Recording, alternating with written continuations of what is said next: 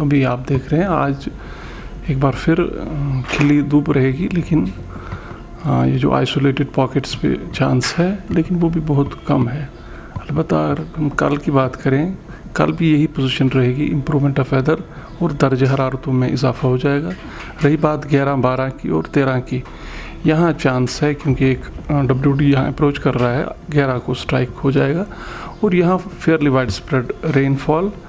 वो वहीं अगर हम जम्मू डिवीज़न की बात करें, वहाँ भी ये fairly widespread light to moderate rainfall होने के चांसेस हैं, जिसके साथ साथ गस्ट इवेंट्स और हेल स्टॉर्म के भी खतरात मौजूद हैं, जिनकी रफ्तार 50 से लेकर 60 किलोमीटर पर आवर तक रह सकती है।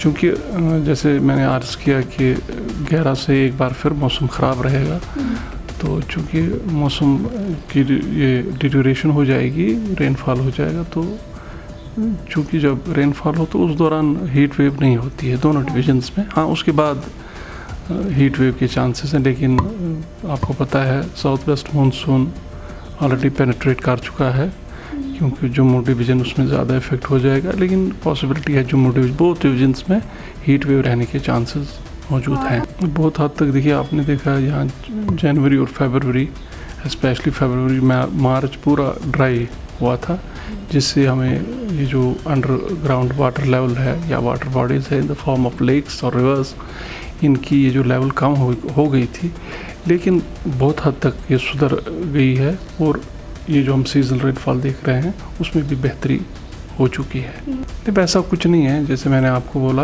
यही आइसोलेटेड पॉकेट्स पे दौरान 11 to 12 specially 11th hello storm के चांसेस हैं। वही गस्ट इवेंट्स 12 को भी यही रहेगा, लेकिन 11 को ज़्यादा चांस है हेल स्टॉर्म के।